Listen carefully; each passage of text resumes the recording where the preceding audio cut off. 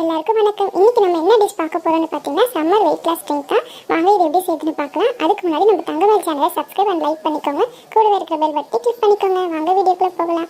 இன்னைக்கு நான் எடுத்துக்கிறது பார்த்தீங்கன்னா ஒரு கைப்பிடி கருவேப்பிலை, ஒரு கைப்பிடி கொத்தமல்லி, புதினா ஒரு கைப்பிடி, ஒரு நெல்லிக்காய், ஒரு எலுமிச்சைப்பழம், ஒரு சின்ன துண்டு இஞ்சி. இந்த ட்ரிங்க் நம்ம டெய்லி எடுத்துக்கிறதுனால மலச்சிக்கல் சரியாகும், வெயிட் லாஸ் சீக்கிரமா பண்ண முடியும். நமக்கு மூட்டு வலி, ஜவ்வு பிரச்சனைலாம் நமக்கு சரியாகும். ஜீரண செரிமானத்தை நமக்கு சரி பண்ணும். பல அற்புத பயன்கள் இருக்கு. கண் வலி, கண் பிரச்சனைகள் எந்த சம்மந்தப்பட்டது நமக்கு சரி பண்ணும். வாங்க எப்படி செய்யணும் பார்க்கலாம். இது எல்லாத்தையும் நான் மிக்ஸி ஜாரில் அரைச்சி எடுத்துகிட்டு வரேன். இப்போ கொத்தமல்லி, புதினா, இஞ்சி இது எல்லாத்தையுமே போட்டு நம்ம அரைச்சி எடுத்து வந்துடலாம். நெல்லிக்காயும் போட்டு அரைச்சிக்கோங்க. லெமனை மட்டும் நம்ம லாஸ்ட்டாக புழிஞ்சு விட்டுக்கலாம். இந்த ஜூஸ் குடிக்கிறதுனால அந்த நாள் ஃபுல்லாக உங்களுக்கு ரொம்ப ஃப்ரெஷ்ஷாக ஃபீல் பண்ணுவீங்க.